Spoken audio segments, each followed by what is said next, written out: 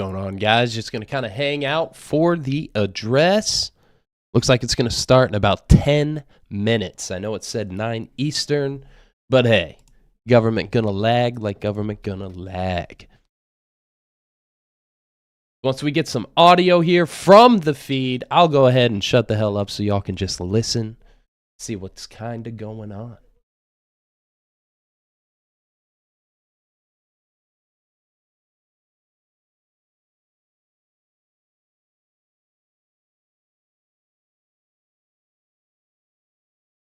Yeah, Marcus, good point, honestly. Keep an eye on that.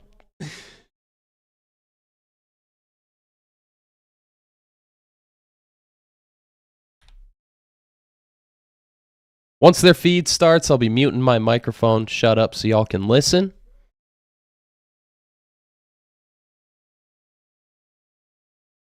Just kind of passively watching futures on the side here. Just a little bit of chop.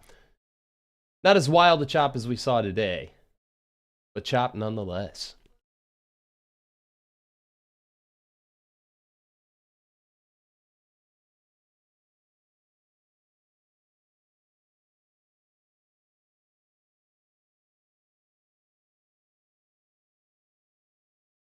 In the meantime, anybody tracking any flow from the day? I saw some spicy intraday stuff, but nothing really seemed to carry over. There were some pretty crazy SPY calls that hit early in the day, ran up like 500 to 1,000%, and then expired worthless. They never got fully closed. Just kind of wild. What's going on, Frederick? Feel free to discuss in the chat, folks. Just stay civil. If anybody gets too spicy or too combative to each other, we will abide by YouTube's rules and we'll be dropping ban hammer on tomfoolery. So stay chill in the chat, guys. What's going on, Yuzi?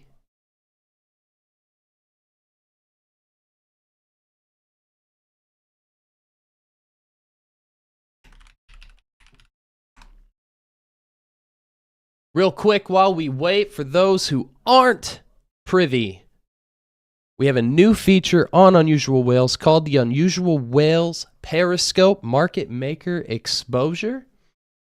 It's a really good mapping of intraday gamma levels where market makers have exposure in the markets. I don't know if y'all saw it or know him, but Sadie had a good post about it today regarding the level at 5860 with this high gamma exposure here. Definitely worth checking out. It's got its own separate subscription as well. Definitely check that out. It's pretty sick if you're into Greeks, especially gamma exposure.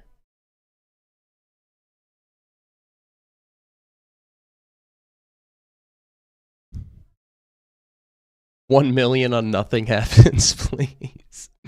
Come on, Meech. I mean, a glance at future shows not a whole lot going on either.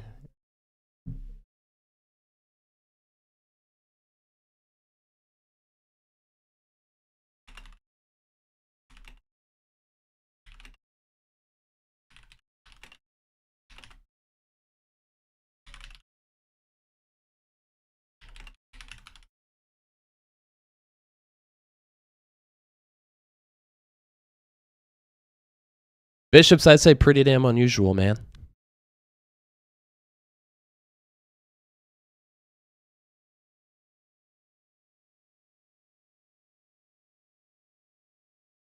Adam, really? Jesus. Hey, appreciate that, Nayo. We got a lot more videos coming out, education on options as well, so just stay tuned on the channel here. I have some plans to bring back some trader insight shows as well. For those of you who paid attention to those SNLs from back in the day that were pretty popular on Twitter, we're going to try to bring that to YouTube in some capacity sometime soon, so. Orange guy, yeah. As far as I know, yeah.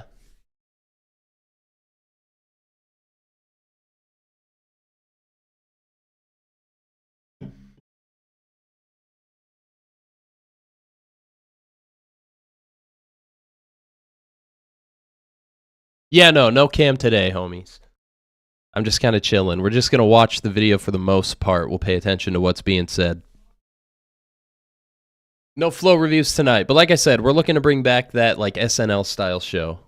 Looks like Streetlights knows what I'm talking about. I think it'll be fun. See how some traders are using the platform, using flow feeds. Discuss some filters.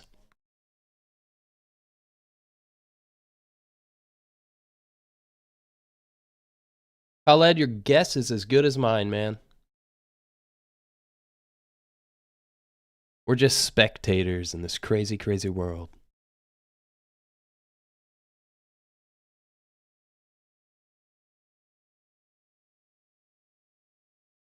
Hey, just play it safe, Adam. Hey, Dimitro, appreciate that. Flattery will get you everywhere, my man.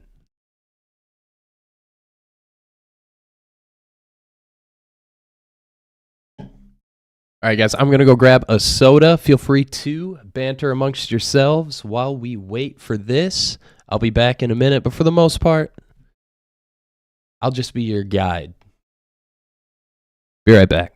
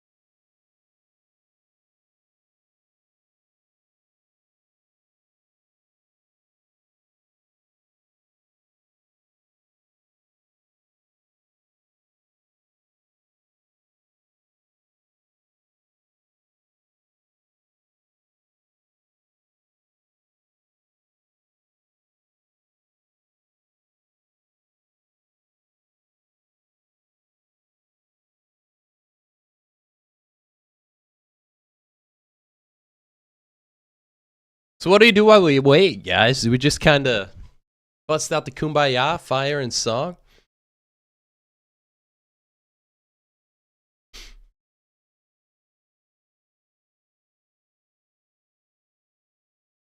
Yeah, Mehmet, probably.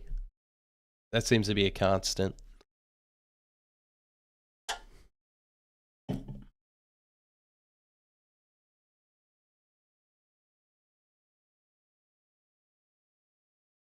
What kind of song, Erad? What are you feeling, man? I feel like if I do that, people are going to leave before they even start talking.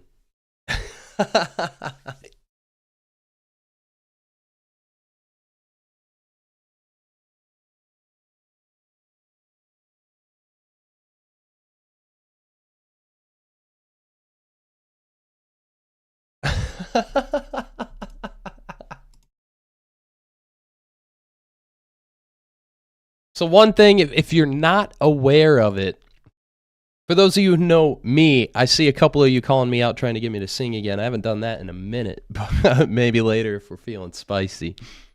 But I'm a big fan of the market tide, and we added this. There's a changelog playlist on the channel that kind of tracks any changes that happen on the platform, updates, quality of life changes, etc. One that I'm a huge fan of is the Market Tide Replay. We'll be adding it to Out of the Money Only sometime soon. Excuse me. But here, you can track it all day. At the end of the day, every day, you can replay the Market Tide to see how these net call premiums and how these net put premiums are moving throughout the day. And honestly, today was a really interesting one. Really choppy in the negative until we got that nice little moonshot midday. And then it just never really slowed down from there. And one thing that was really interesting to me while watching it is I'm more of a scalper than anything. And I usually will take a look at the out of the money only. And if you can see here in the morning up until about 11 a.m. Central Time, out of the money only and Market Tide all disagreed. And more often than not, from my intraday observation over the course of about 5 or 6 months now, out of the money only tends to be correct if it's preemptive. And today that was not the case at all. Upside was definitely the trajectory we took. Net call premiums on market tide all, which means at the money, in the money, out of the money, all combined definitely had the right idea in terms of options premiums today. And out of the money only didn't kind of get that until SPY went positive. Then we get this net call premium over net put premium crossover on the out of the money only as well. But Tide All never showed any kind of weakness in the options market. So it was really interesting to see because it's the opposite of what I'm accustomed to seeing trading it intraday.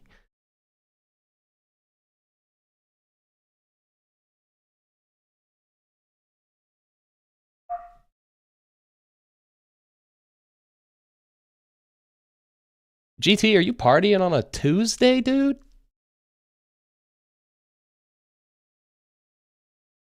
English, please.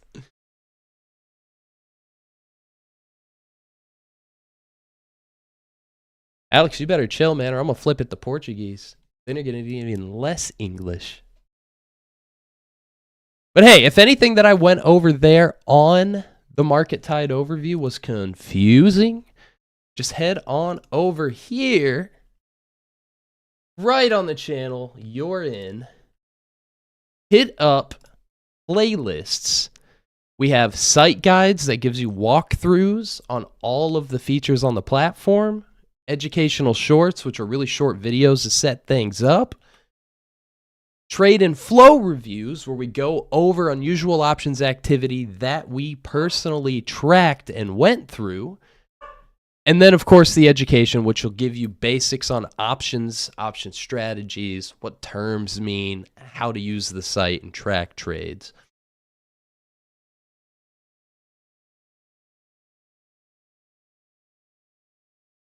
When does this start? It was supposed to start 12 minutes ago, but as we all know, it doesn't matter who the president is. We are on the president's time. We're just kind of hanging out and going over random shit while we wait.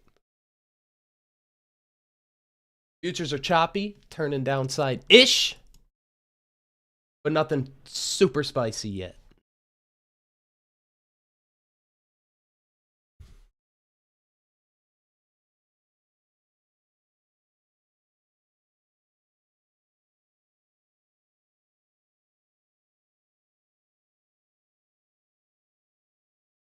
Here, let me get just a little background noise for y'all so it's not so boring that all you hear is me. So I'm going to pop open the official Unusual Whales Lo-Fi Jam.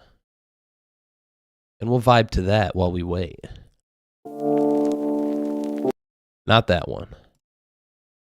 There we go. I'm going to turn it way down, though, because that was loud in my ears. There we go. That's the stuff. Oh, as soon as I play the jams, they bust out the video. So never mind. Let me cut that, and I will cut the audio over to the address. And let's see what's going to be said and what's going to happen.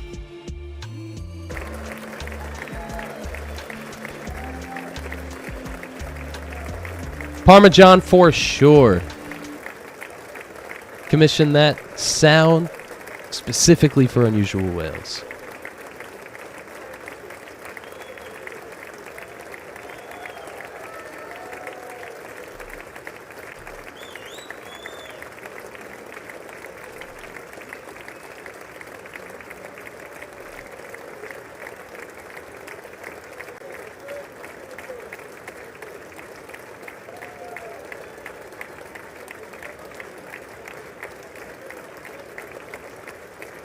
All right, everybody, I'm going to mute myself, and we will see what happens here. Thanks for kicking it with us, homies. Keep that chat active, but stay civil. Don't make me drop the band hammer on the homies, because I'll do it. I love that band hammer.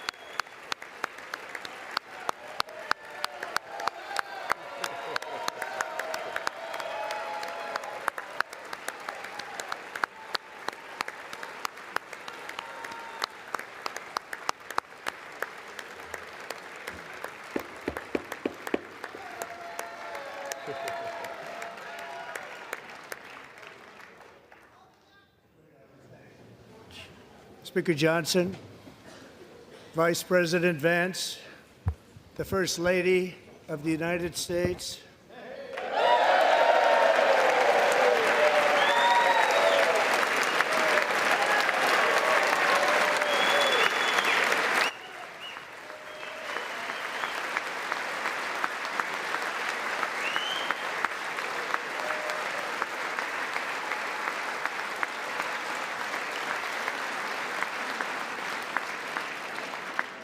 members of the United States Congress, thank you very much.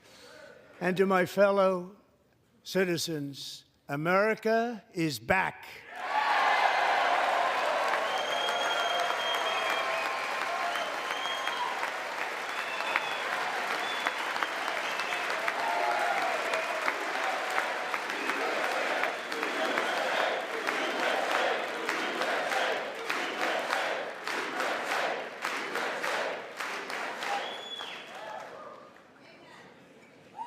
6 weeks ago, I stood beneath the dome of this Capitol and proclaimed the dawn of the golden age of America.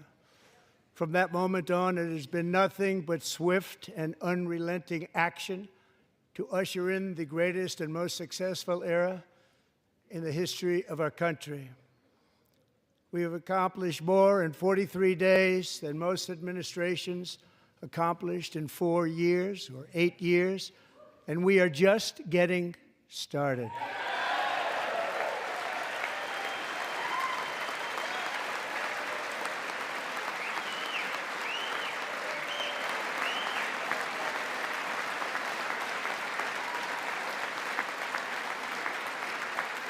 Thank you. I return to this chamber tonight to report that America's momentum is back, our spirit is back, our pride is back, our confidence is back, and the American dream is surging bigger and better than ever before.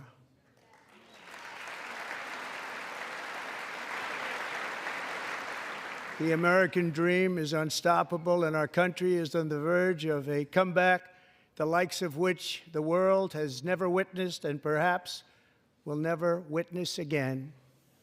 There's never been anything like it.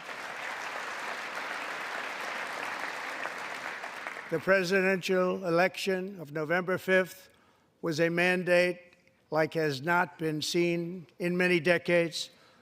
We won all 7 swing states, giving us an electoral college victory of 312 votes.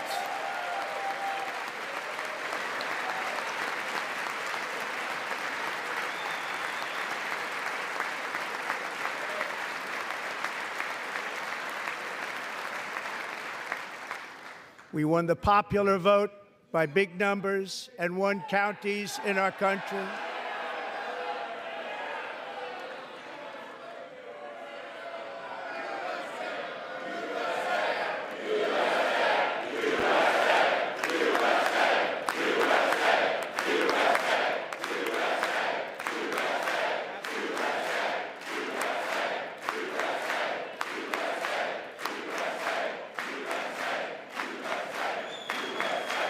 And won counties in our country, 2,700 to 525, on a map that reads almost completely red for Republican.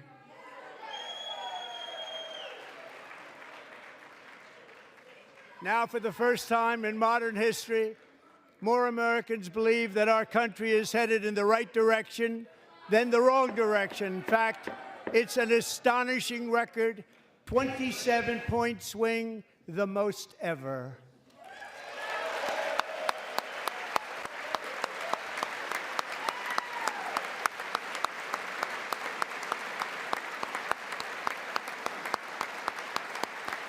Likewise, small business optimism saw its single largest one-month gain ever recorded. Mr. President. A 41-point jump.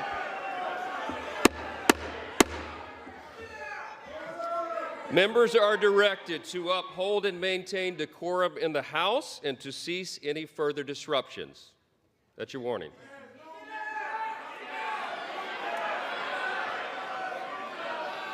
Members are engaging in willful and continuing breach of decorum, and the chair is prepared to direct the Sergeant-at-Arms to restore order to the joint session.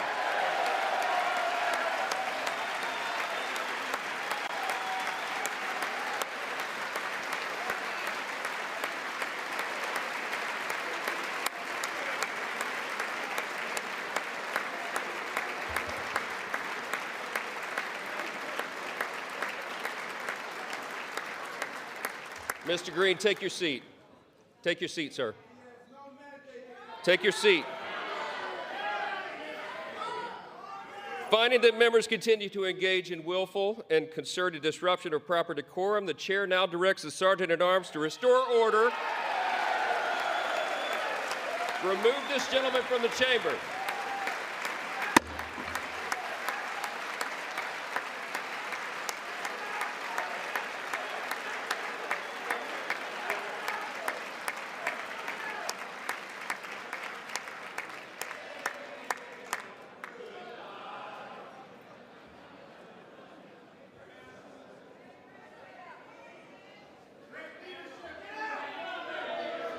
Go.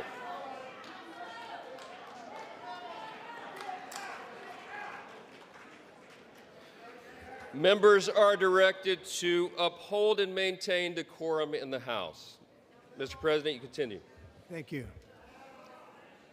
Over the past 6 weeks, I have signed nearly 100 executive orders and taken more than 400 executive actions, a record to restore common sense, safety, optimism, and wealth all across our wonderful land.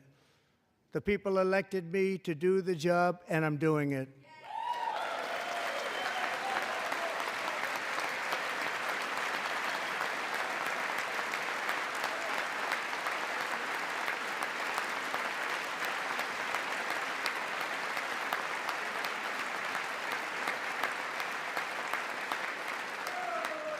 In fact, it has been stated by many that the first month of our presidency, it's our presidency, is the most successful in the history of our nation.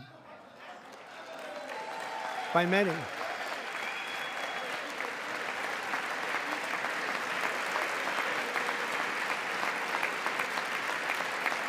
And what makes it even more impressive is that, do you know who number 2 is?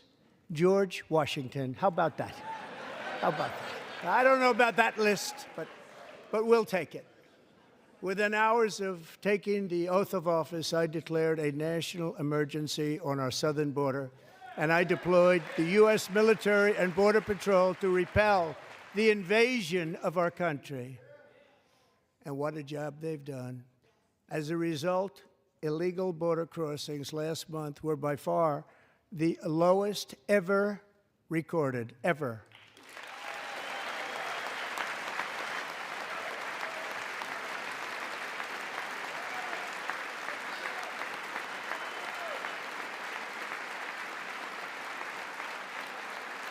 They heard my words and they chose not to come. Much easier that way. In comparison, under Joe Biden, the worst president in American history, there were hundreds of thousands of illegal crossings a month, and virtually all of them, including murderers, drug dealers, gang members, and people from mental institutions and insane asylums, were released into our country. Who would want to do that? This is my 5th such speech to Congress. And once again, I look at the Democrats in front of me, and I realize there is absolutely nothing I can say to make them happy or to make them stand or smile or applaud. Nothing I can do. I could find a cure to the most devastating disease, a disease that would wipe out entire nations, or announce the answers to the greatest economy in history, or the stoppage of crime to the lowest levels ever recorded. And these people sitting right here will not clap, will not stand, and certainly will not cheer for these astronomical achievements. They won't do it, no matter what. Five times I've been up here. It's very sad, and it just shouldn't be this way.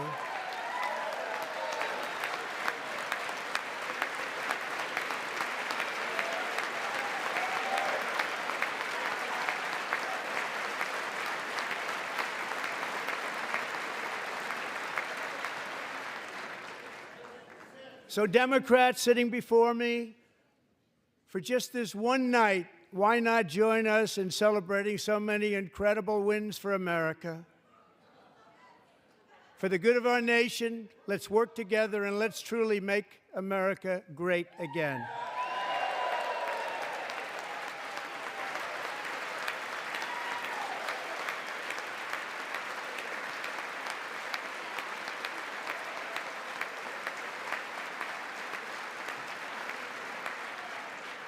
Every day, my administration is fighting to deliver the change America needs to bring a future that America deserves, and we're doing it.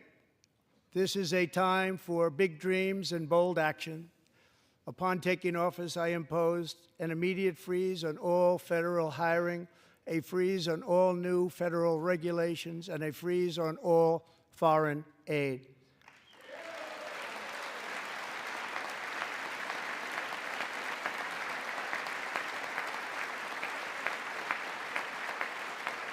I terminated the ridiculous Green New Scam.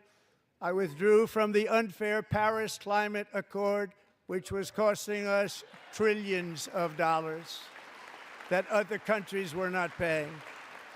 I withdrew from the corrupt World Health Organization.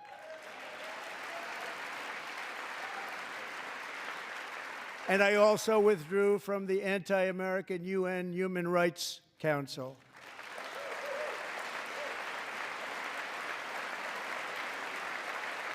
We ended all of Biden's environmental restrictions that were making our country far less safe and totally unaffordable. And importantly, we ended the last administration's insane electric vehicle mandate, saving our auto workers and companies from economic destruction.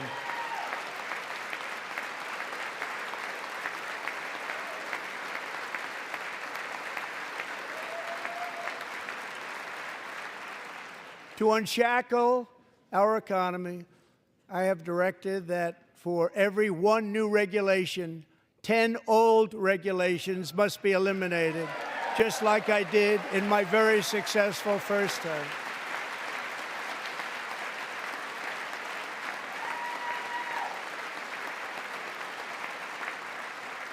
And in that first term, we set records on ending unnecessary rules and regulations like no other president had done before. We ordered all federal workers to return to the office. They will either show up for work in person or be removed from their job.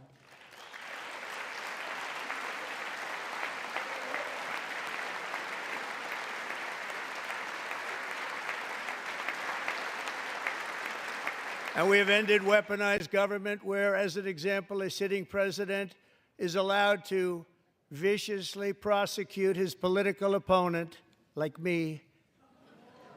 How did that work out? Not too good. Not too good.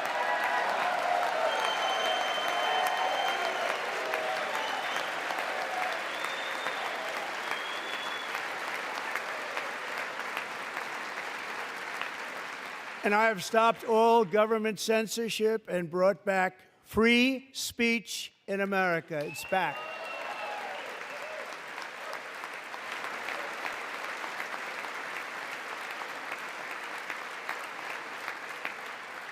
And 2 days ago, I signed an order making English the official language of the United States of America.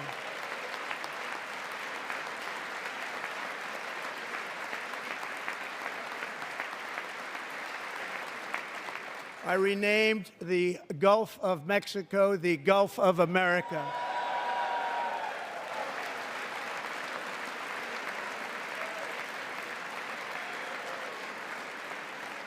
And likewise, I renamed, for a great president, William McKinley, Mount McKinley again.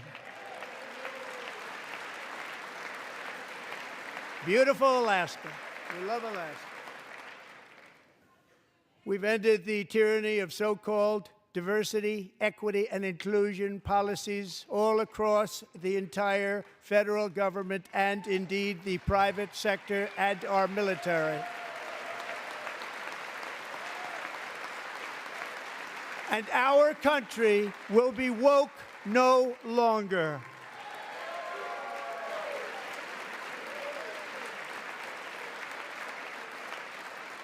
We believe that whether you are a doctor, an accountant, a lawyer, or an air traffic controller, you should be hired and promoted based on skill and competence, not race or gender. Very important.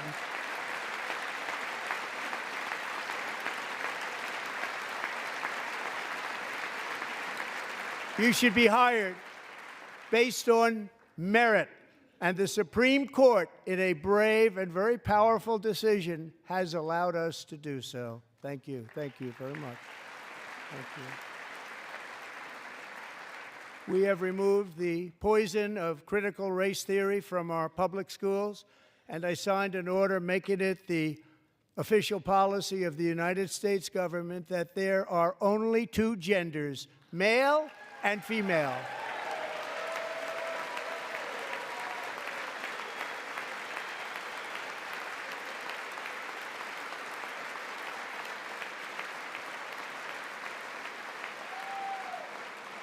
I also signed an executive order to ban men from playing in women's sports.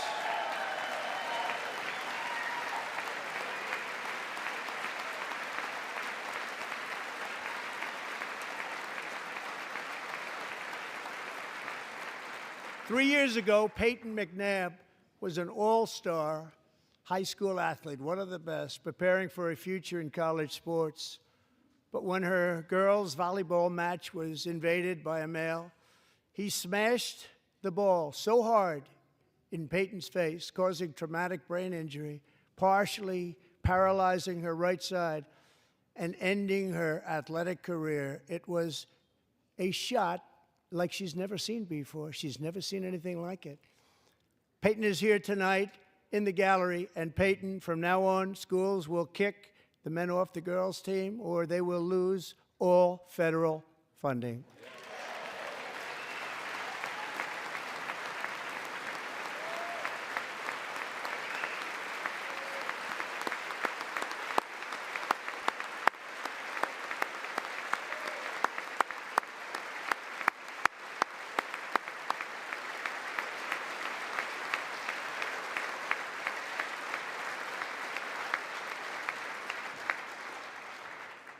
And if you really want to see numbers, just take a look at what happened in the women's boxing, weightlifting, track and field, swimming, or cycling, where a male recently finished a long-distance race 5 hours and 14 minutes ahead of a woman for a new record by 5 hours. Broke the record by 5 hours. It's demeaning for women, and it's very bad for our country. We're not going to put up with it any longer.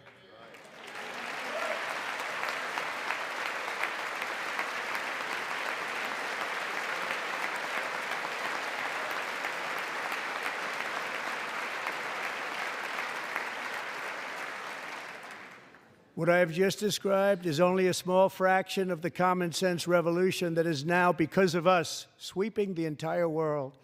Common sense has become a common theme, and we will never go back. Never. Never going to let that happen.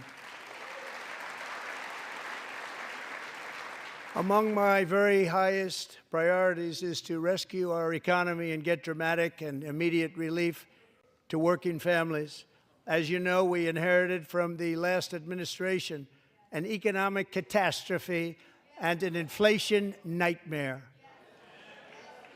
Their policies drove up energy prices, pushed up grocery costs, and drove the necessities of life out of reach for millions and millions of Americans. They've never had anything like it. We suffered the worst inflation in 48 years, but perhaps even in the history of our country. They're not sure. As president, I'm fighting every day to reverse this damage and make America affordable again.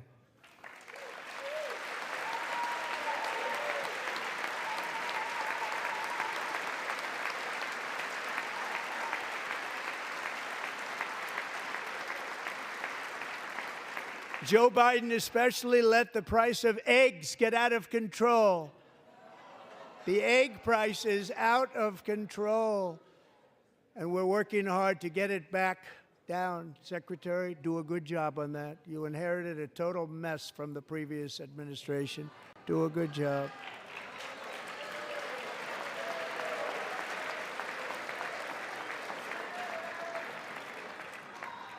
A major focus of our fight to defeat inflation is rapidly reducing the cost of energy. The previous administration cut the number of new oil and gas leases by 95%, slowed pipeline construction to a halt, and closed more than 100 power plants. We are opening up many of those power plants right now.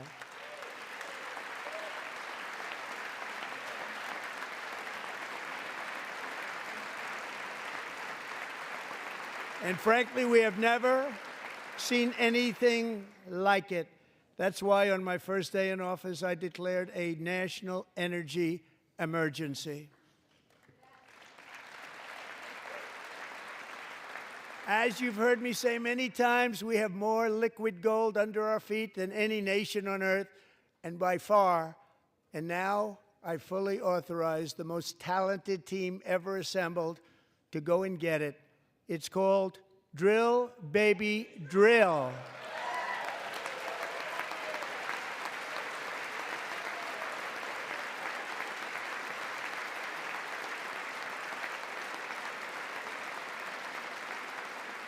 My administration is also working on a gigantic natural gas pipeline in Alaska, among the largest in the world, where Japan, South Korea, and other nations want to be our partner with investments of trillions of dollars each. There's never been anything like that one. It will be truly spectacular. It's all set to go. The permitting is gotten.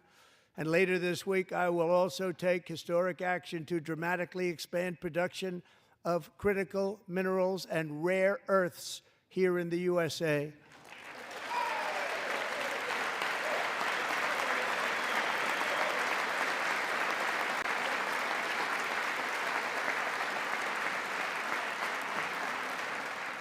To further combat inflation, we will not only be reducing the cost of energy, but will be ending the flagrant waste of taxpayer dollars.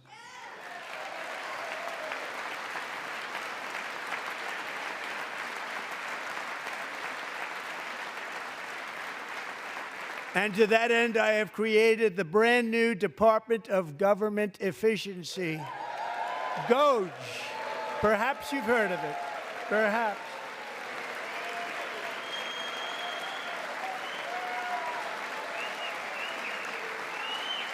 Which is headed by Elon Musk, who is in the gallery tonight.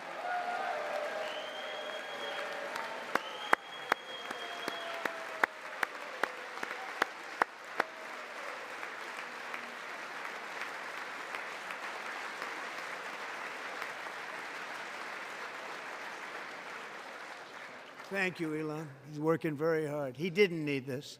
He didn't need this. Thank you very much. We appreciate it. Everybody here, even this side, appreciates it, I believe. They just don't want to admit that. Just listen to some of the appalling waste we have already identified. $22 billion from HHS to provide free housing and cars for illegal aliens.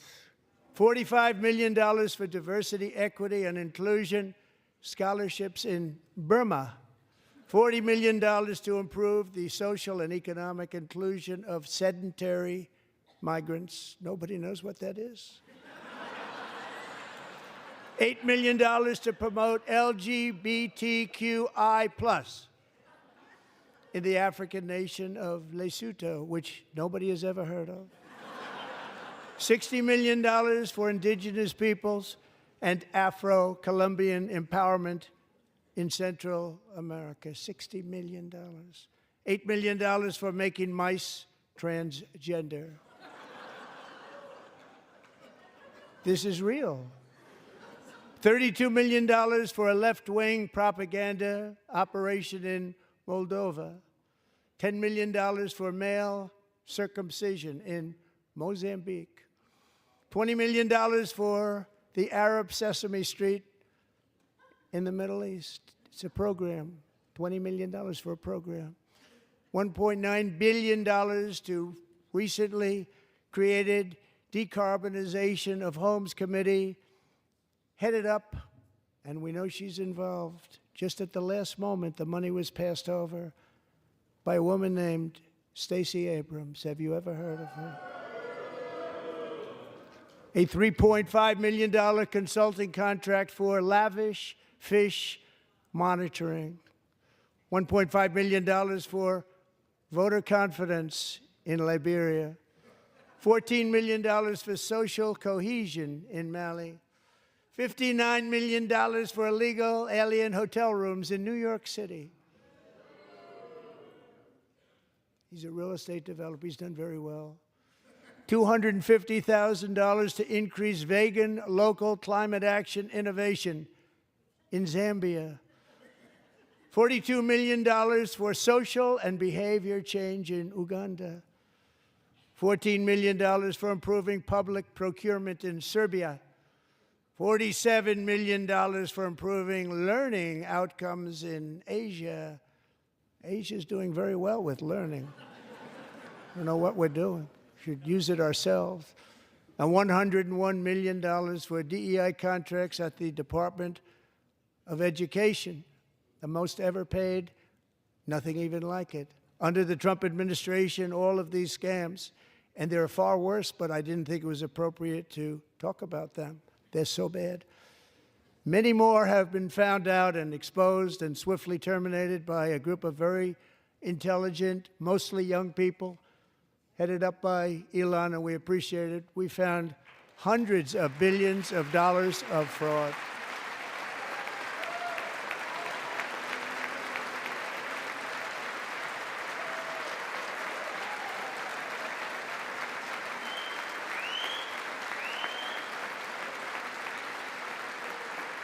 And we've taken back the money and reduced our debt to fight inflation and other things. Taken back a lot of that money. We got it just in time. This is just the beginning. The Government Accountability Office, a federal government office, has estimated annual fraud of over $500 billion in our nation, and we are working very hard to stop it. We're going to. We're also identifying shocking levels of incompetence and probable fraud in the Social Security program for our seniors, and that our seniors and people that we love rely on. Believe it or not, government databases list 4.7 million Social Security members from people aged 100 to 109 years old. It lists 3.6 million people from ages 110 to 119. I don't know any of them. I know some people that are rather elderly, but not quite that elderly. 3.47 million people from ages 120 to 129. 3.9 million people from ages 130 to 139. 3.5 million people from ages 140 to 149. And money is being paid to many of them, and we're searching right now. In fact, Pam, good luck. Good luck. You're going to find it. But a lot of money is paid out to people because it just keeps getting paid, and nobody does, and it really hurts Social Security and hurts our country. 1.3 million people from ages 150 to 159, and over 130,000 people, according to the Social Security databases, are age over 160 years old. We have a healthier country than I thought, Bobby.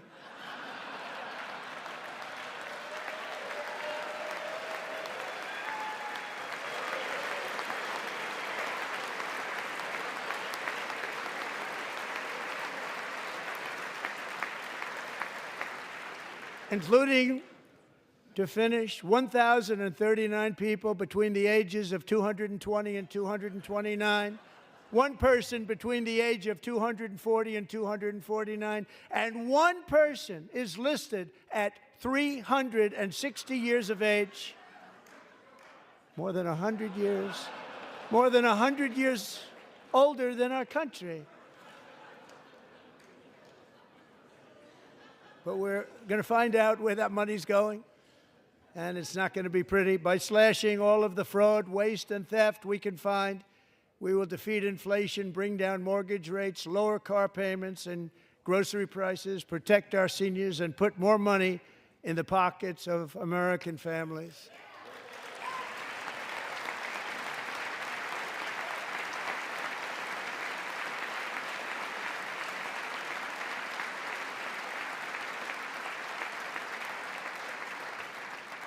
And today, interest rates took a beautiful drop, big, beautiful drop. It's about time.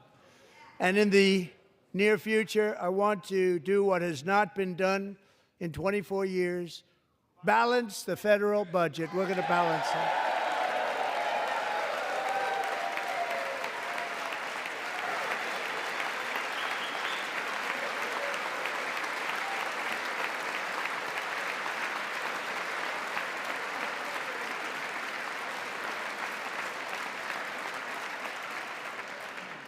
With that goal in mind, we have developed in great detail what we are calling the Gold Card, which goes on sale very, very soon. For $5 million, we will allow the most successful job-creating people from all over the world to buy a path to U.S. citizenship. It's like the green card, but better and more sophisticated. And these people will have to pay tax in our country. They won't have to pay tax from where they came. The money that they've made, you wouldn't want to do that, but they have to pay tax, create jobs. They'll also be taking people out of colleges and paying for them so that we can keep them in our country instead of having them being forced out. Number one, at the top school, as an example, being forced out and not being allowed to stay and create tremendous numbers of jobs and great success for a company out there. So while we take out the criminals, killers, traffickers, and child predators who are allowed to enter our country under the open border policy of these people, the Democrats, the Biden administration, the open border insane policies that you've allowed to destroy our country, we will now bring in brilliant, hardworking, job-creating people. They're going to pay a lot of money, and we're going to reduce our debt with that money.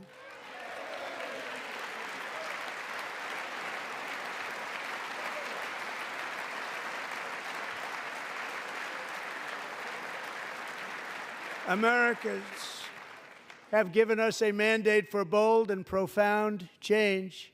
For nearly 100 years, the federal bureaucracy has grown until it has crushed our freedoms, ballooned our deficits, and held back America's potential in every possible way. The nation founded by pioneers and risk-takers now drowns under millions and millions of pages of regulations and debt. Approvals that should take 10 days to get instead take 10 years, 15 years, and even 20 years before you're rejected. Meanwhile, we have hundreds of thousands of federal workers who have not been showing up to work.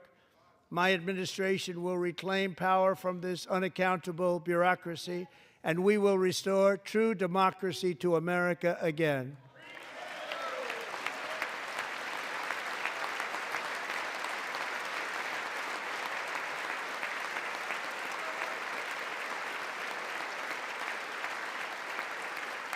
And any federal bureaucrat who resists this change will be removed from office immediately. Because we are draining the swamp.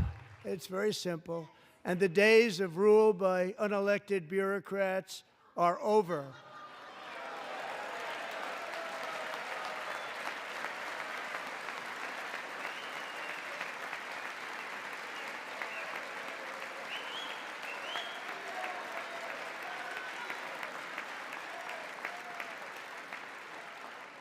And the next phase of our plan to deliver the greatest economy in history is for this Congress to pass tax cuts for everybody. They're in there. They're waiting for you to vote. And I'm sure that the people on my right, I don't mean the Republican right, but my right here, I'm sure you're going to vote for those tax cuts, because otherwise I don't believe the people will ever vote you into office. So I'm doing you a big favor by telling you that. But I know this group is going to be voting for the tax.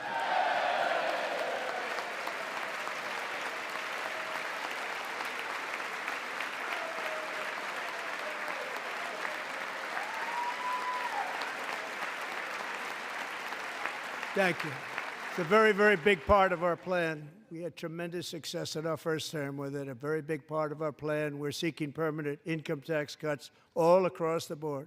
And to get urgently needed relief to Americans hit especially hard by inflation, I'm calling for no tax on tips, no tax on overtime, and no tax on Social Security benefits for our great seniors.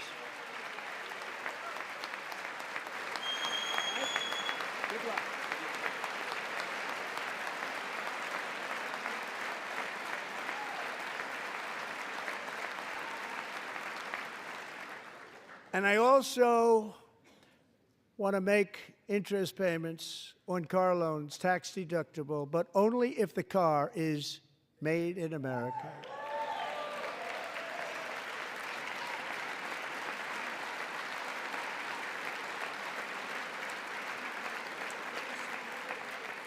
And by the way, we're going to have growth in the auto industry like nobody's ever seen. Plants are opening up all over the place. Deals are being made. Never seen. That's a combination of the election win and tariffs. It's a beautiful word, isn't it? That, along with our other policies, will allow our auto industry to absolutely boom. It's going to boom. Spoke to the majors today, all three, the top people, and they're so excited. In fact, already numerous car companies have announced that they will be building massive automobile plants in America, with Honda just announcing a new plant in Indiana, one of the largest anywhere in the world.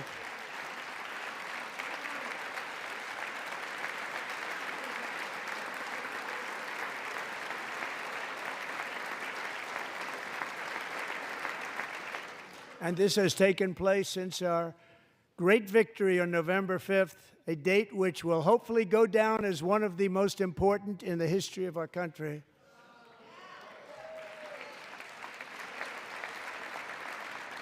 In addition, as part of our tax cuts, we want to cut taxes on domestic production and all manufacturing.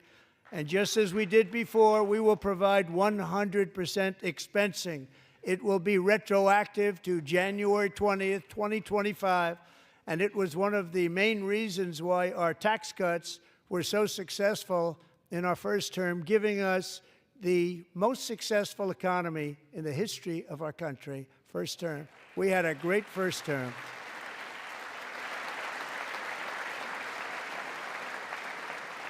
If you don't make your product in America, however, under the Trump administration, you will pay a tariff, and in some cases, a rather large one. Other countries have used tariffs against us for decades, and now it's our turn to start using them against those other countries. On average, the European Union, China, Brazil, India, Mexico, and Canada, have you heard of them? And countless other nations charge us tremendously higher tariffs than we charge them. It's very unfair. India charges us auto tariffs higher than 100%. China's average tariff on our products is twice what we charge them. And South Korea's average tariff is 4 times higher. Think of that, 4 times higher. And we give so much help militarily and in so many other ways to South Korea. But that's what happens. This is happening by friend and foe. This system is not fair to the United States and never was. And so on April 2nd, I wanted to make it April 1st, but I didn't want to be accused of April Fool's Day.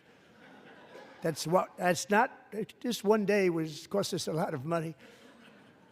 But we're going to do it in April. I'm a very superstitious person. April 2nd, reciprocal tariffs kick in.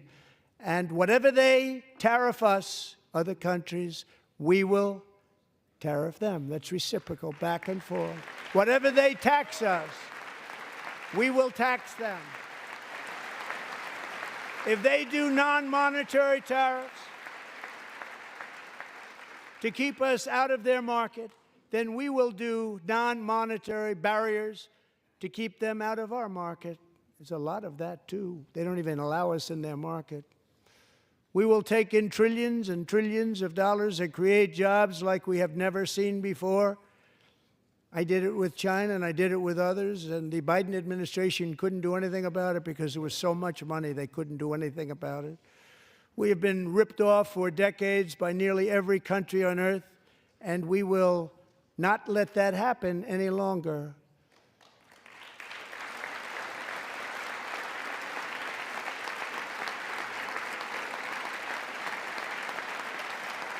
Much has been said over the last 3 months about Mexico and Canada, but we have very large deficits with both of them. But even more importantly, they've allowed fentanyl to come into our country at levels never seen before, killing hundreds of thousands of our citizens and many very young, beautiful people, destroying families. Nobody's ever seen anything like it. They are, in effect, receiving subsidies of hundreds of billions of dollars. We pay subsidies to Canada and to Mexico of hundreds of billions of dollars, and the United States will not be doing that any longer. We're not going to do it any longer.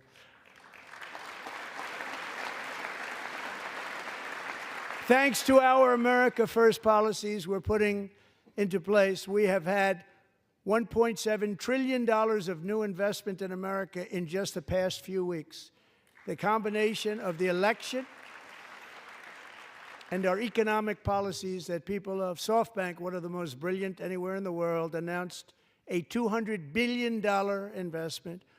OpenAI and Oracle, Larry Ellison, announced $500 billion investment, which they wouldn't have done if Kamala had won. Apple announced $500 billion investment. Tim Cook called me. He said, I cannot spend it fast enough. It's going to be much higher than that, I believe. They'll be building their plants here instead of in China. And just yesterday, Taiwan Semiconductor, the biggest in the world, most powerful in the world, has a tremendous amount, 97% of the market, announced a $165 billion investment to build the most powerful chips on earth right here in the USA.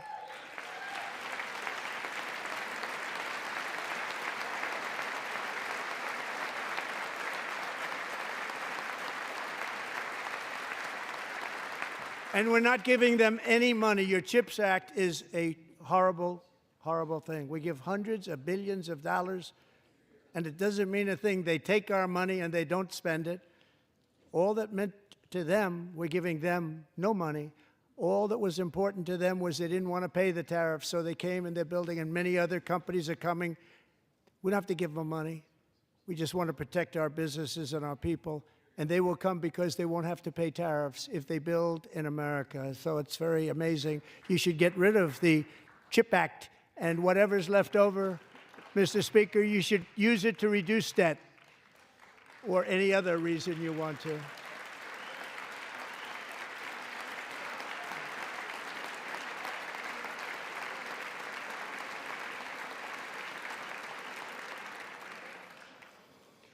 Our new trade policy will also be great for the American farmer. I love the farmer, who will now be selling into our home market, the USA, because nobody is going to be able to compete with you. Because there's goods that come in from other countries and companies, they're really in a bad position in so many different ways. They're uninspected. They may be very dirty and disgusting, and they come in and they pour in, and they hurt our American farmers. The tariffs will go on agricultural product coming into America, and our farmers, starting on April 2nd, it may be a little bit of an adjustment period, We had that before when I made the deal with China, $50 billion of purchases, and I said, just bear with me, and they did. They did. Probably have to bear with me again, and this will be even better. That was great. The problem with it was that Biden didn't enforce it. He didn't enforce it. $50 billion of purchases, and we were doing great, but Biden did not enforce it, and it hurt our farmers. But our farmers are going to have a field day right now. So to our farmers, have a lot of fun. I love you too. I love you too. It's all going to happen.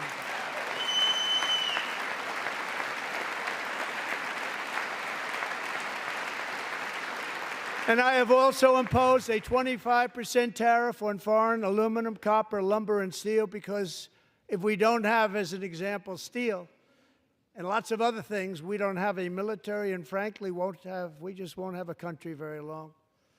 Here today is a proud American steelworker, fantastic person from Decatur, Alabama, Jeff Denard. Has been working at the same steel plant for 27 years in a job that has allowed him to serve as the captain of his local volunteer fire department, raise 7 children with his beautiful wife, Nicole, and over the years provide a loving home for more than 40 foster children. So great, Jeff.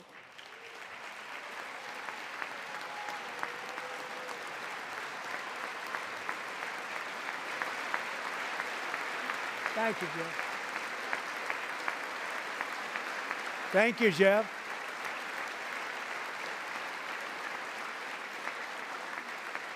Stories like Jeff's remind us that tariffs are not just about protecting American jobs. They're about protecting the soul of our country. Tariffs are about making America rich again and making America great again, and it's happening, and it will happen rather quickly. There'll be a little disturbance, but we're okay with that. It won't be much. No, you're not. Oh. And look where Biden took us. Very low, the lowest we've ever been. Jeff, I want to thank you very much. And I also want to recognize another person who has devoted herself to foster care community. She works so hard on it. A very loving person, our magnificent First Lady of the United States.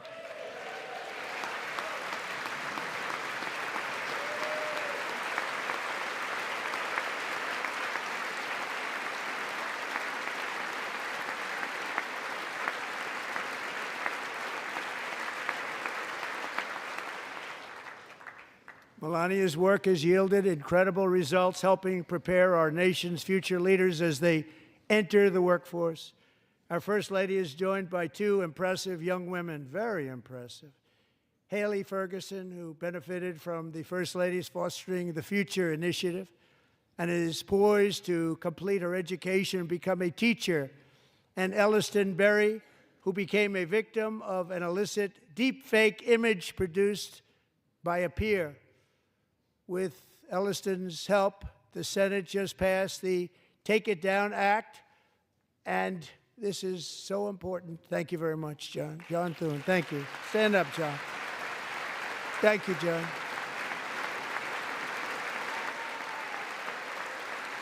Thank you all very much.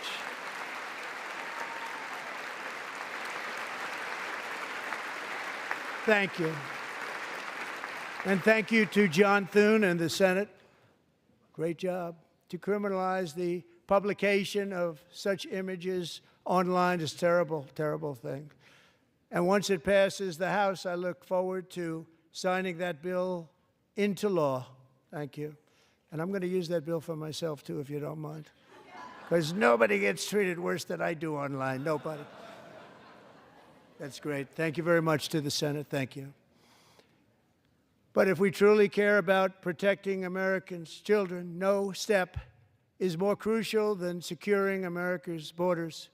Over the past 4 years, 21 million people poured into the United States. Many of them were murderers, human traffickers, gang members, and other criminals from the streets of dangerous cities all throughout the world. Because of Joe Biden's insane and very dangerous open border policies, they are now strongly embedded in our country, but we are getting them out and getting them out fast.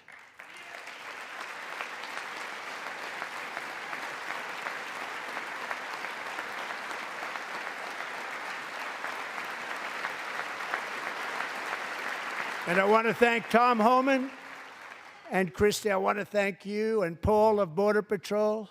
I want to thank you. What a job they've all done, everybody. Border Patrol, ICE, law enforcement in general is incredible. We have to take care of our law enforcement. Have to.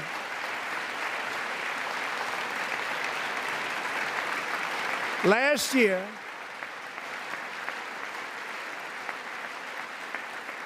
a brilliant 22-year-old nursing student named Laken Riley, the best in her class, admired by everybody, went out for a jog on the campus of the University of Georgia. That morning, Laken was viciously attacked, assaulted, beaten, brutalized, and horrifically murdered. Laken was stolen from us by a savage illegal alien gang member who was arrested while trespassing across Biden's open southern border and then set loose into the United States under the heartless policies of that failed administration. It was indeed a failed administration. He had then been arrested and released in a Democrat-run sanctuary city, a disaster, before ending the life of this beautiful young angel. With us this evening are Laken's beloved mother, Allison, and her sister, Lauren.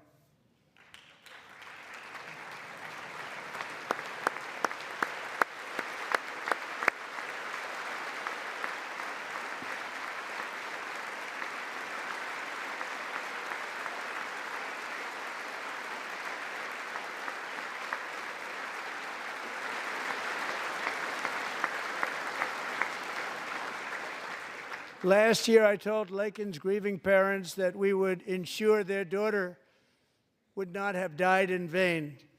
That's why the very first bill I signed into law as your 47th president mandates the detention of all dangerous criminal aliens who threaten public safety. It's a very strong, powerful act.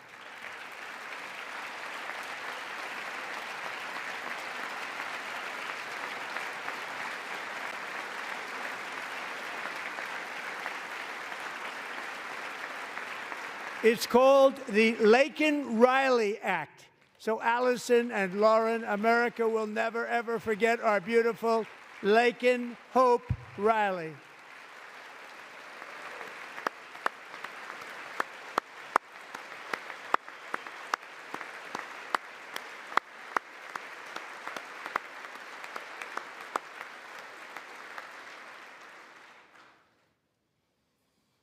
Thank you very much. Since taking office, my administration has launched the most sweeping border and immigration crackdown in American history, and we quickly achieved the lowest numbers of illegal border crossers ever recorded. Thank you.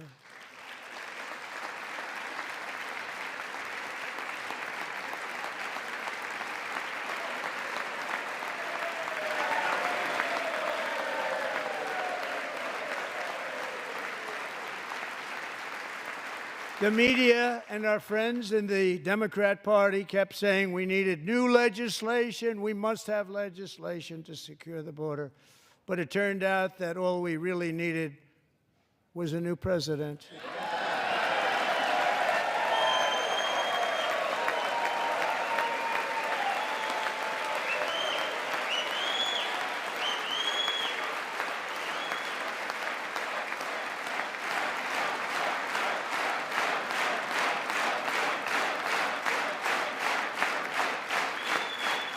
Thank you. Joe Biden didn't just open our borders, he flew illegal aliens over them to overwhelm our schools, hospitals, and communities throughout the country. Entire towns like Aurora, Colorado, and Springfield, Ohio, buckled under the weight of the migrant occupation and corruption like nobody's ever seen before. Beautiful towns destroyed. Now, just as I promised in my inaugural address, we are achieving the great liberation of America.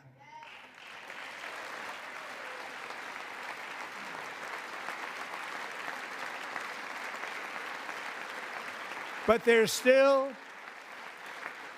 is much work to be done. Here tonight is a woman I have gotten to know, Alexis Nungary from Houston. Wonderful woman. Last June, Alexis's 12-year-old daughter, her precious Jocelyn, walked to a nearby convenience store. She was kidnapped, tied up, assaulted for 2 hours under a bridge, and horrifically murdered. Arrested and charged with this heinous crime are 2 illegal alien monsters from Venezuela, released into America by the last administration through their ridiculous open border. The death of this beautiful 12-year-old girl and the agony of her mother and family touched our entire nation greatly. Alexis, I promised that we would always remember your daughter, your magnificent daughter, and earlier tonight, I signed an order keeping my word to you. One thing I have learned about Jocelyn is that she loved animals so much. She loved nature. Across Galveston Bay, from where Jocelyn lived in Houston, you will find a magnificent national wildlife refuge, a pristine, peaceful, 34,000-acre sanctuary for all of God's creatures on the edge of the Gulf of America. Alexis, moments ago, I formally renamed that refuge in loving memory of your beautiful daughter, Jocelyn. So, Mr. Vice President, if you would, may I have the order?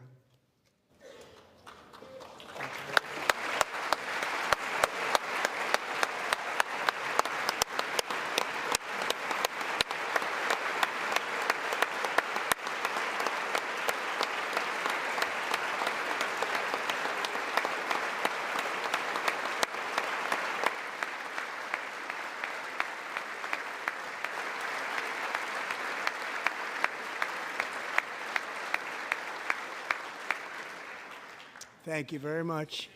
All 3 savages charged with Jocelyn and Lakin's murders were members of the Venezuelan prison gang, the toughest gang, they say, in the world, known as Tren de Aragua. 2 weeks ago, I officially designated this gang, along with MS-13 and the bloodthirsty Mexican drug cartels, as foreign terrorist organizations.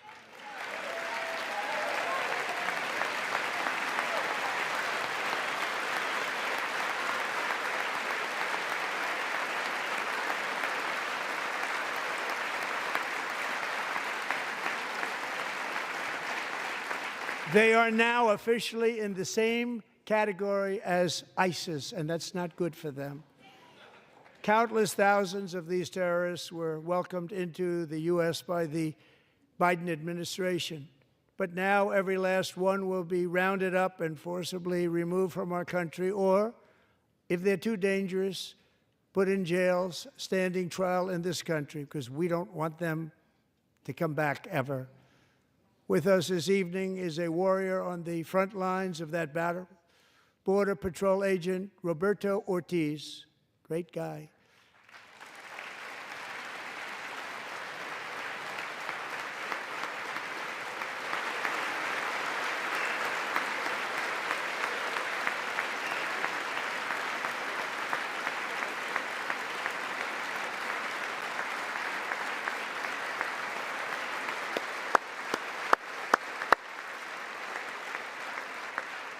In January, Roberto and another agent were patrolling by the Rio Grande near an area known as Cartel Island. Doesn't sound too nice to me. When heavily armed gunmen started shooting at them, Roberto saw that his partner was totally exposed, at great danger, and he leapt into action, returning fire and providing crucial seconds for his fellow agent to seek safety, just barely. I have some of the prints of that event, and it was not good. Agent Ortiz, we salute you for your great courage and for your line of fire that you took and for the bravery that you showed. We honor you, and we will always honor you. Thank you, Roberto, very much.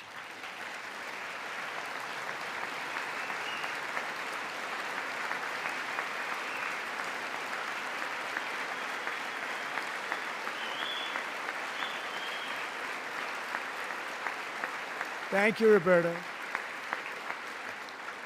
And I actually got to know him on my many calls to the border. He's a great, great gentleman. The territory to the immediate south of our border is now dominated entirely by criminal cartels that murder, rape, torture, and exercise total control. They have total control over a whole nation, posing a grave threat to our national security.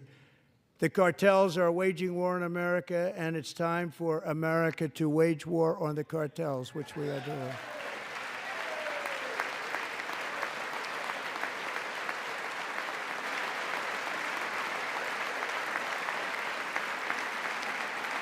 Five nights ago, Mexican authorities, because of our tariff policies being imposed on them, think of this, handed over to us 29 of the biggest cartel leaders in their country. That has never happened before. They want to make us happy.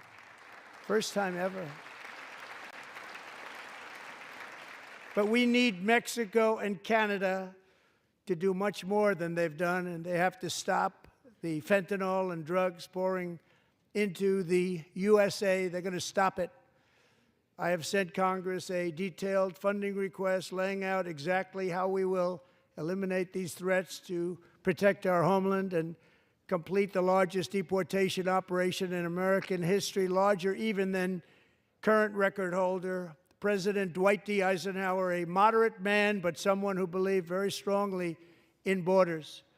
Americans expect Congress to send me this funding without delay so I can sign it into law. So, Mr. Speaker, John Thune, both of you, I hope you're going to be able to do that, Mr. Speaker. Thank you. Mr. Leader, thank you. Thank you very much. And let's get it to me. I'll sign it so fast, you won't even believe it.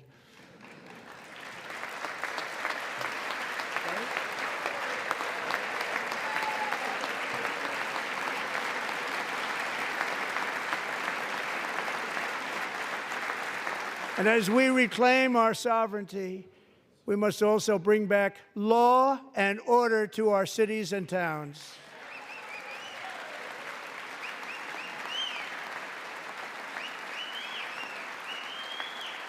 In recent years, our justice system has been turned upside down by radical left lunatics. Many jurisdictions virtually ceased enforcing the law against dangerous repeat offenders while weaponizing law enforcement against political opponents like me. My administration has acted swiftly and decisively to restore fair, equal, and impartial justice under the constitutional rule of law, starting at the FBI and the DOJ. Pam, good luck. Cash, wherever you may be, good luck. Good luck. Pam Bondi. Good luck. So important. Going to do a great job. Cash, thank you. Thank you, Cash.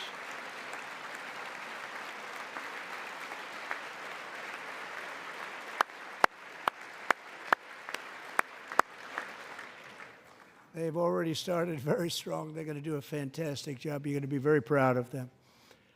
We're also once again giving our police officers the support, protection, and respect they so dearly deserve. They have to get it. They have such a hard, dangerous job, but we're going to make it less dangerous. The problem is the bad guys don't respect the law, but they're starting to respect it, and they soon will respect it. This also includes our great fire departments throughout the country. Our firemen and women are unbelievable people, and we'll never forget them. And besides that, they voted for me in record numbers, so I have no choice.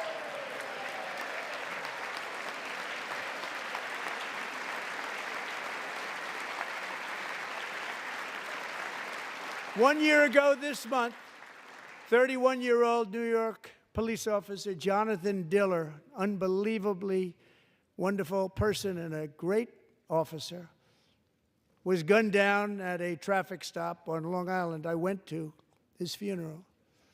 The vicious criminal charged with his murder had 21 prior arrests, and they were rough arrests, too. He was a real bad one. The thug in the seat next to him had 14 prior arrests, and went by the name of Killer. He was Killer. He killed other people, they say, a lot of them. I attended Officer Diller's service, and when I met his wife and one-year-old son, Ryan, it was very inspirational, actually. His widow's name is Stephanie, and she is here tonight. Stephanie, thank you very much, Stephanie. Thank you very much.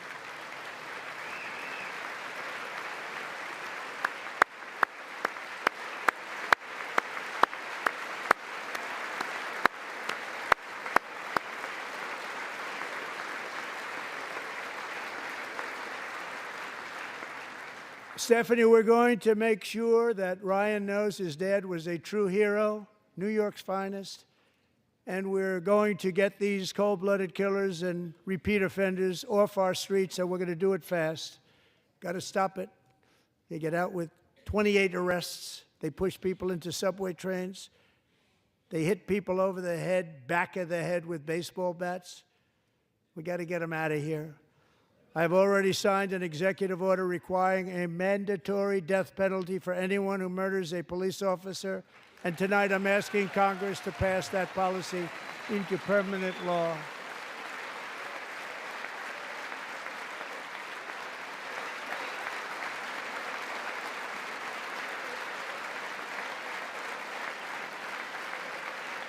I'm also asking for a new crime bill getting tough on repeat offenders while enhancing protections for America's police officers so they can do their jobs without fear of their lives being totally destroyed. They don't want to be killed. We're not going to let them be killed. Joining us in the gallery tonight is a young man who truly loves our police. His name is DJ Daniel. He is 13 years old, and he has always dreamed of becoming a police officer.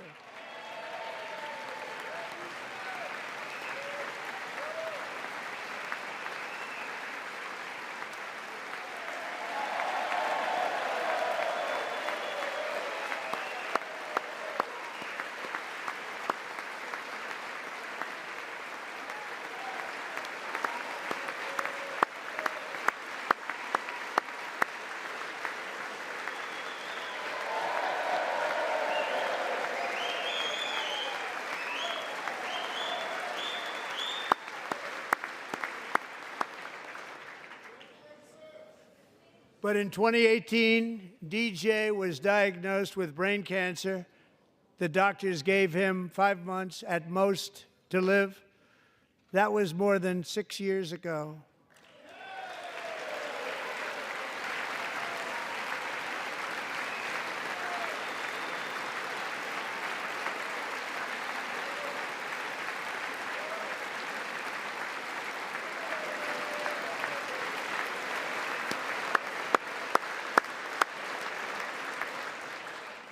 Since that time, DJ and his dad have been on a quest to make his dream come true, and DJ has been sworn in as an honorary law enforcement officer, actually a number of times. The police love him, the police departments love him. And tonight, DJ, we're going to do you the biggest honor of them all.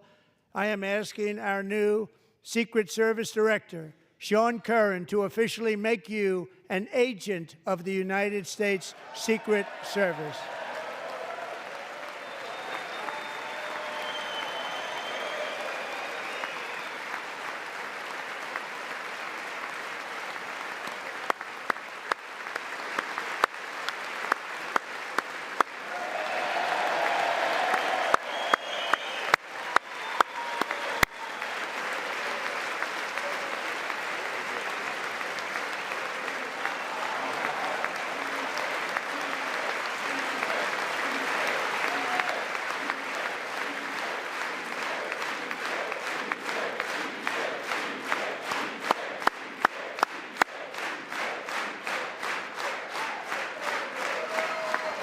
Thank you, DJ. DJ's doctors believe his cancer likely came from a chemical he was exposed to when he was younger. Since 1975, rates of child cancer have increased by more than 40%. Reversing this trend is one of the top priorities for our new presidential commission to make America healthy again, chaired by our new Secretary of Health and Human Services, Robert F. Kennedy, Jr.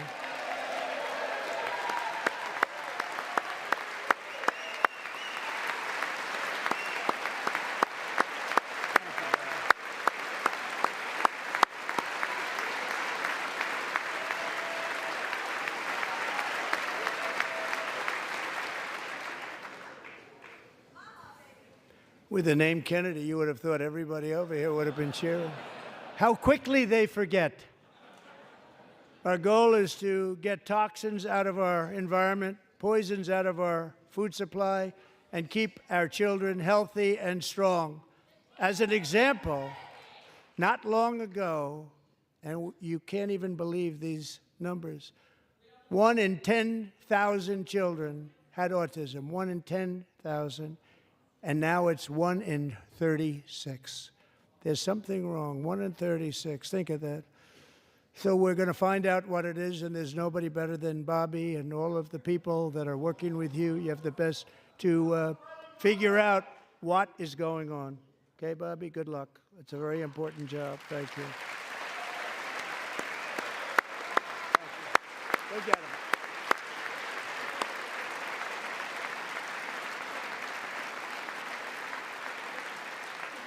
Thank you. My administration is also working to protect our children from toxic ideologies in our schools. A few years ago, January Littlejohn and her husband discovered that their daughter's school had secretly socially transitioned their 13-year-old little girl. Teachers and administrators conspired to deceive January and her husband while encouraging her daughter to use a new name and pronouns. They, them pronoun, actually, all without telling January, who is here tonight and is now a courageous advocate against this form of child abuse. January, thank you. Thank you. Thank you very much. Thank you.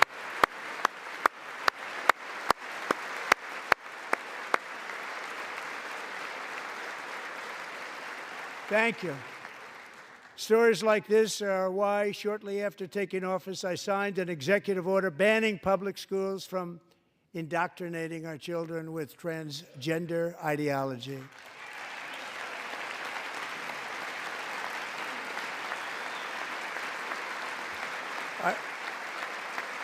I also signed an order to cut off all taxpayer funding to any institution that engages in the sexual mutilation of our youth.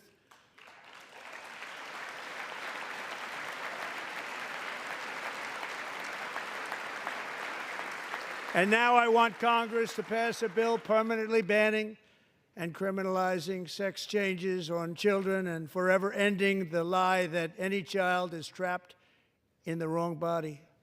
This is a big lie.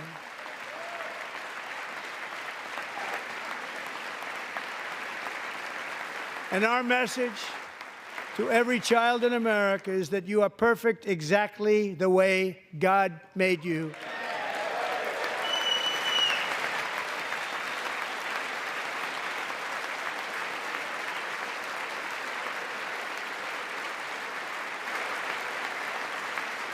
Because we're getting wokeness out of our schools and out of our military, and it's already out, and it's out of our society. We don't want it.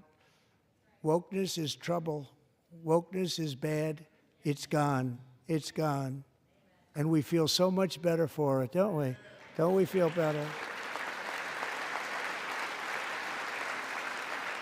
Our service members won't be activists and ideologues. They will be fighters and warriors. They will fight for our country. And Pete, congratulations. Secretary of Defense, congratulations.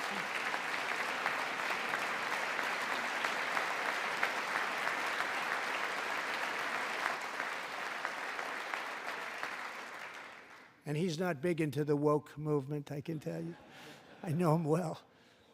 I am pleased to report that in January, the U.S. Army had its single best recruiting month in 15 years, and that all armed services are having among the best recruiting results ever in the history of our services. What a difference.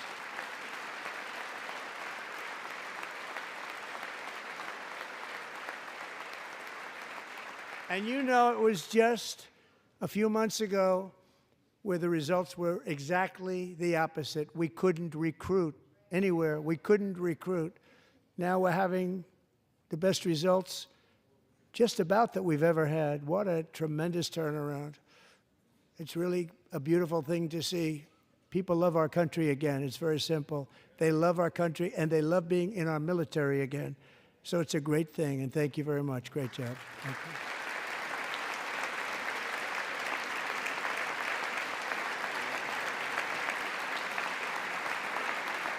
We're joined tonight by a young man, Jason Hartley, who knows the weight of that call of duty. Jason's father, grandfather, and great-grandfather all wore the uniform. Jason tragically lost his dad, who was also a Los Angeles County Sheriff's deputy when he was just a boy, and now he wants to carry on the family legacy of service. Jason is a senior in high school, a six-letter varsity athlete, a really good athlete, they say, a brilliant student with a 4.46, that's good, GPA. And his greatest dream is to attend the U.S. Military Academy at West Point.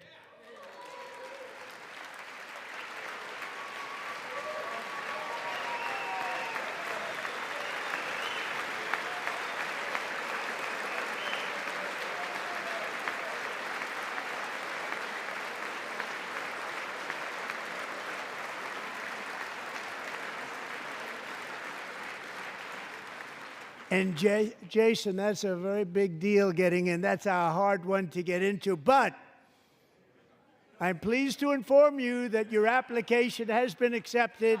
You will soon be joining the Corps of Cadets.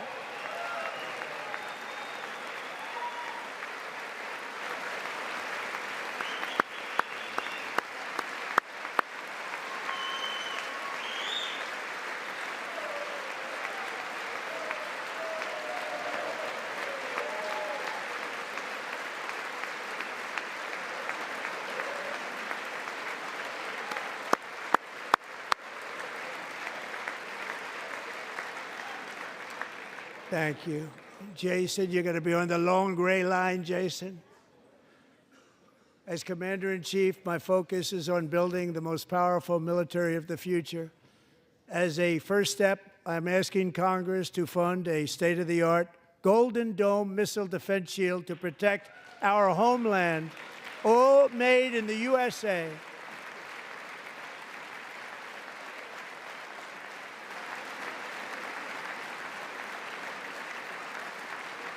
And Ronald Reagan wanted to do it long ago, but the technology just wasn't there, not even close. But now we have the technology. It's incredible, actually.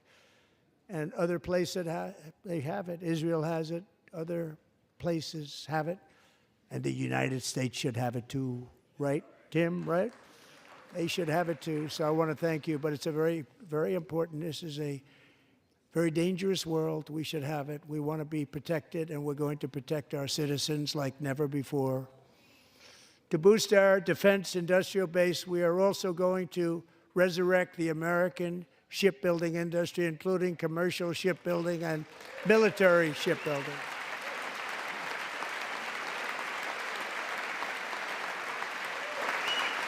And for that purpose, I am announcing tonight that we will create a new Office of Shipbuilding in the White House and offer special tax incentives to bring this industry home to America where it belongs. We used to make so many ships.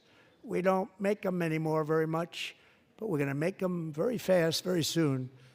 It will have a huge impact. To further enhance our national security, my administration will be reclaiming the Panama Canal, and we've already started doing it.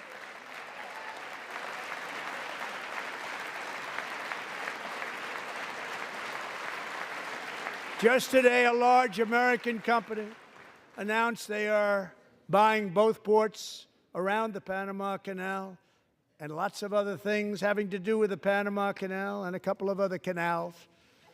The Panama Canal was built by Americans for Americans, not for others, but others could use it. But it was built at tremendous cost of American blood and treasure. 38,000 workers died building the Panama Canal. They died of malaria. They died of snake bites and mosquitoes. Not a nice place to work. They paid them very highly to go there, knowing there was a 25% chance that they would die. The most expensive project also that was ever built in our country's history, if you bring it up to modern day costs. It was given away by the Carter administration for $1, but that agreement has been violated very severely.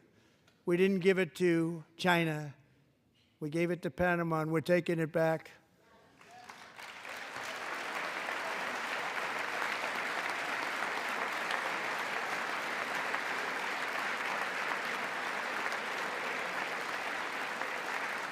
And we have Marco Rubio in charge. Good luck, Marco. Now, we know who to blame if anything goes wrong. Marco's been amazing, and he's going to do a great job. Think of it. He got 100 votes. You know, he was approved with actually 99, but the 100th was this gentleman, and I feel very certain. So let's assume he got 100 votes. And I'm either very, very happy about that or I'm very concerned about it. But he's already proven. I mean, he's a great gentleman. He's respected by everybody, and we appreciate you voting for Marco. He's going to do a fantastic job. Thank you. Thank you. He's doing a great job. Great job. And I also have a message tonight for the incredible people of Greenland. We strongly support your right to determine your own future. And if you choose, we welcome you into the United States of America. We need Greenland for national security and even international security, and we're working with everybody involved to try and get it. But we need it really for international world security, and I think we're going to get it. One way or the other, we're going to get it. We will keep you safe. We will make you rich, and together we will take Greenland to heights like you have never thought possible before. It's a very small population, but very, very large piece of land and very, very important for military security. America is once again standing strong against the forces of radical Islamic terrorism. 3.5 years ago, ISIS terrorists killed 13 American service members and countless others in the Abbey Gate bombing during the disastrous and incompetent withdrawal from Afghanistan. Not that they were withdrawing, it was the way they withdrew. Perhaps the most embarrassing moment in the history of our country. Tonight, I am pleased to announce that we have just apprehended the top terrorist responsible for that atrocity, and he is right now on his way here to face the swift sword of American justice.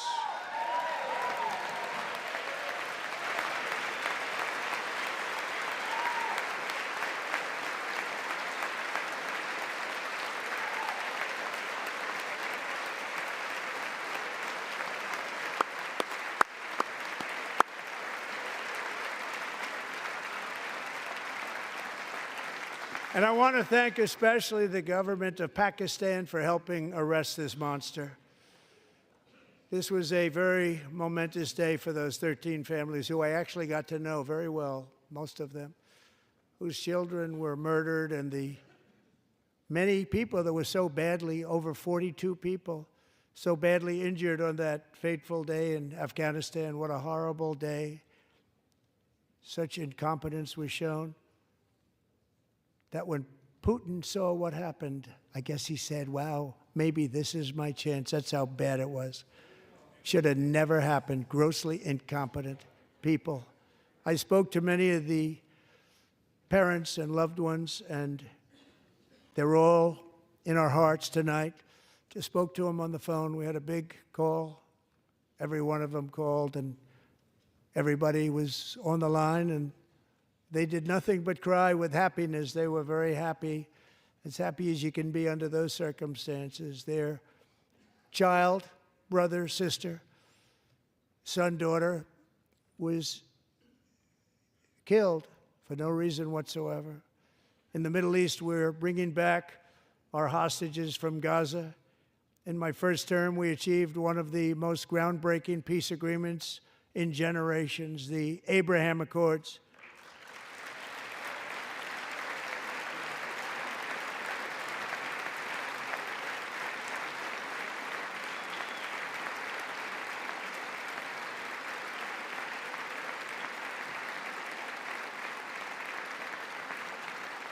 And now we're going to build on that foundation to create a more peaceful and prosperous future for the entire region. A lot of things are happening in the Middle East. People have been talking about that so much lately with everything going on with Ukraine and Russia.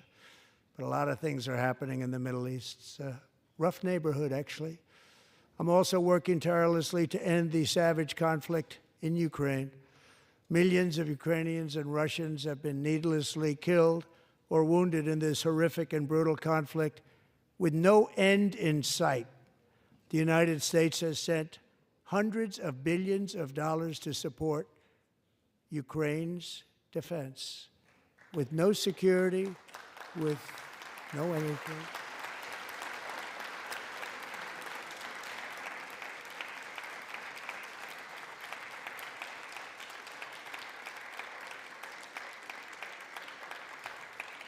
Do you want to keep it going for another 5 years? Yeah, you would say Pocahontas says yes.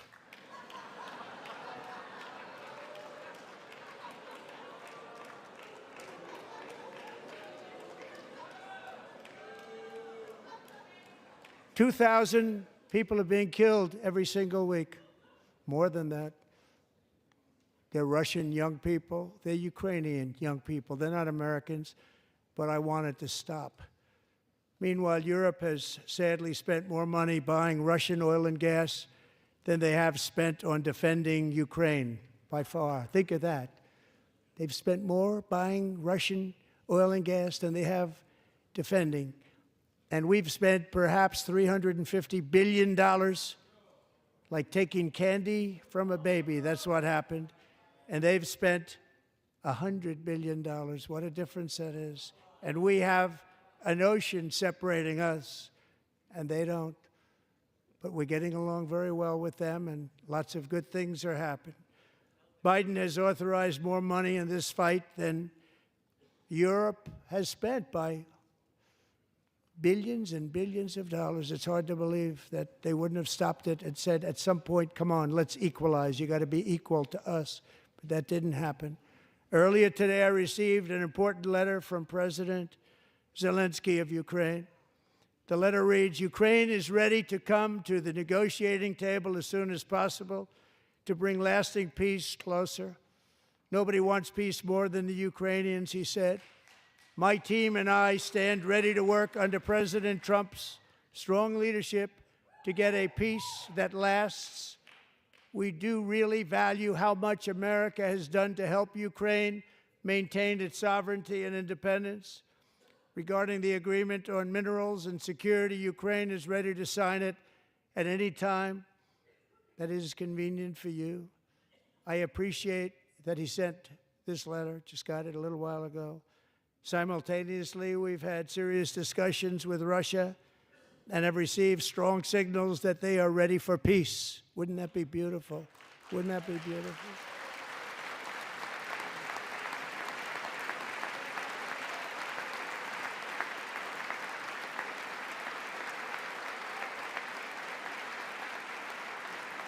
Wouldn't that be beautiful?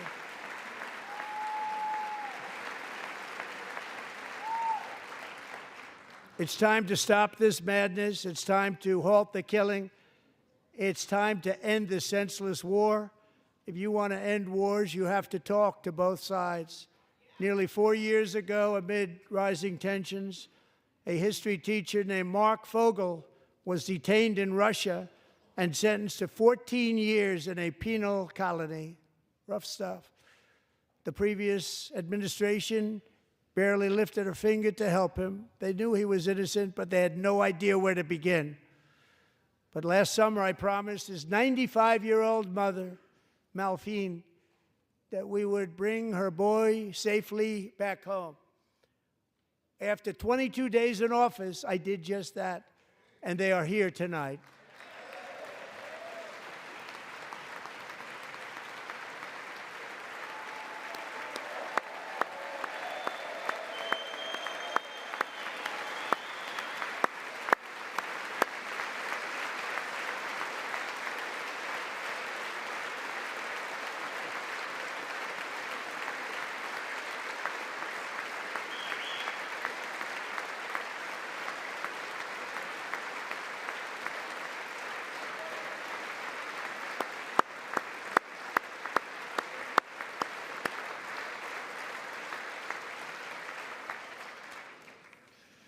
To Mark and his great mom, we are delighted to have you safe and sound and with us. As fate would have it, Mark Fogel was born in a small rural town in Butler, Pennsylvania. Have you heard of it?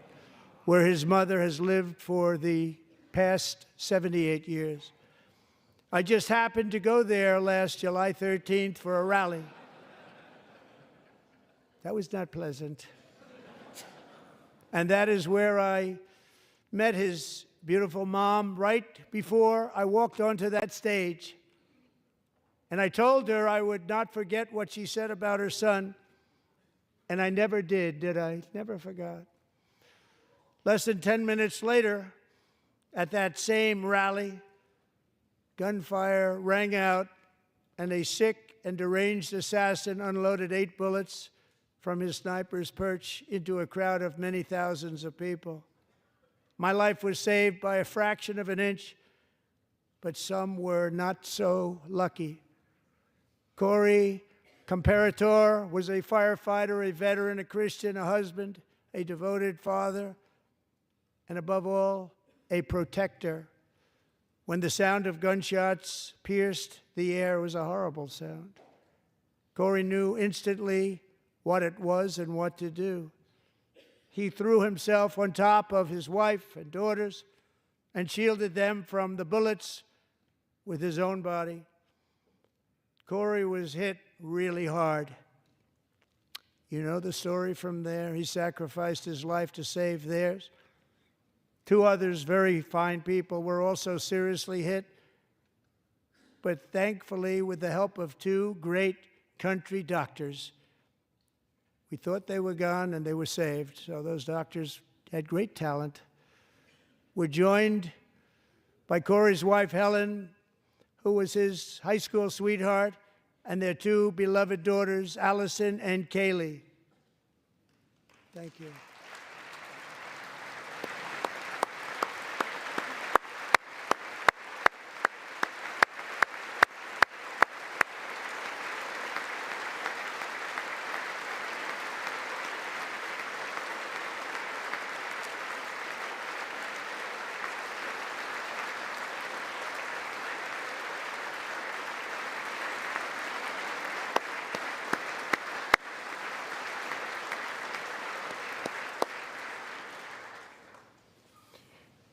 To Helen, Allison, and Kaylee, Corey is looking down on his 3 beautiful ladies right now, and he is cheering you on. He loves you.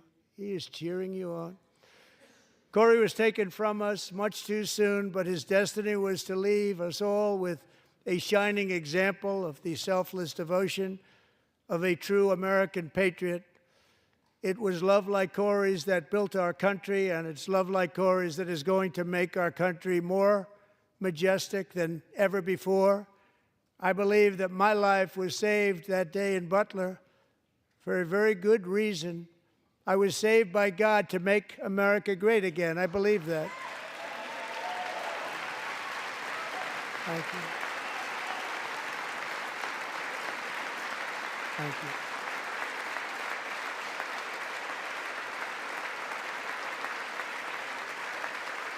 Thank you.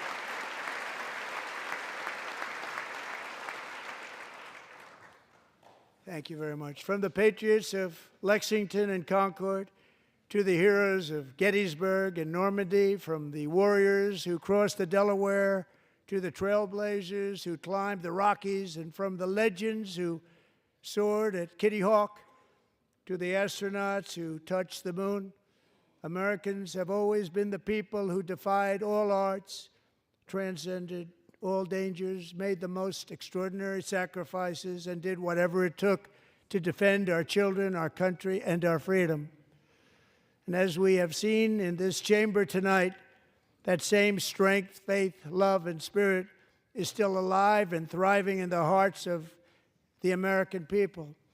Despite the best efforts of those who would try to censor us, silence us, break us, destroy us, Americans are today a proud, free, sovereign, and independent nation that will always be free, and we will fight for it till death. We will never let anything happen to our beloved country, because we are a country of doers, dreamers, fighters, and survivors. Our ancestors crossed a vast ocean, strode into the unknown wilderness, and carved their fortunes from the rock and soil of a perilous and very dangerous frontier. They chased our destiny across a boundless continent. They built the railroads, laid the highways, and graced the world with American marvels like the Empire State Building, the mighty Hoover Dam, and the towering Golden Gate Bridge. They lit the world with electricity, broke free of the force of gravity, fired up the engines of American industry, vanquished the communists, fascists, and Marxists all over the world, and gave us countless modern wonders sculptured out of iron, glass, and steel. We stand on the shoulders of these pioneers who won and built the modern age, these workers who poured their sweat into the skylines of our cities, these warriors who shed their blood on fields of battle and gave everything they had for our rights and for our freedom. Now it is our time to take up the righteous cause of American liberty, and it is our turn to take America's destiny into our own hands and begin the most thrilling days in the history of our country. This will be our greatest era. With God's help, over the next 4 years, we are going to lead this nation even higher, and we are going to forge the freest, most advanced, most dynamic, and most dominant civilization ever to exist on the face of this earth.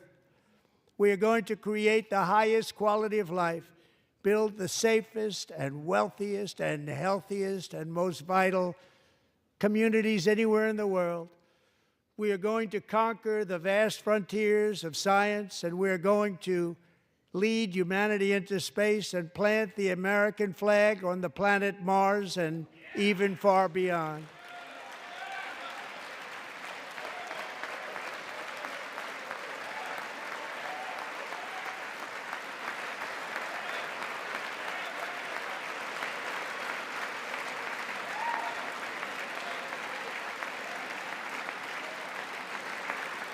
And through it all, we are going to rediscover the unstoppable power of the American spirit.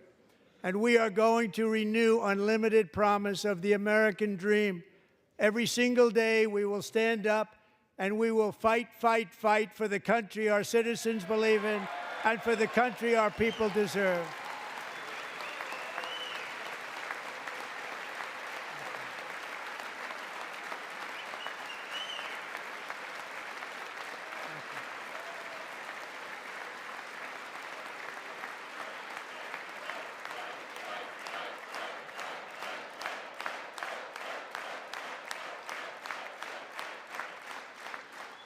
My fellow Americans, get ready for an incredible future, because the golden age of America has only just begun. It will be like nothing that has ever been seen before. Thank you, God bless you, and God bless America.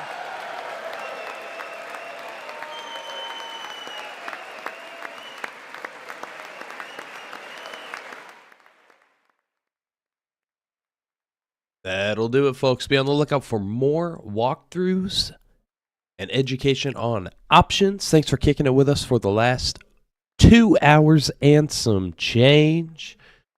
And like I mentioned at the beginning, we'll be looking at doing some more live trade reviews with other traders that utilize the platform. Have a good rest of your night, everybody.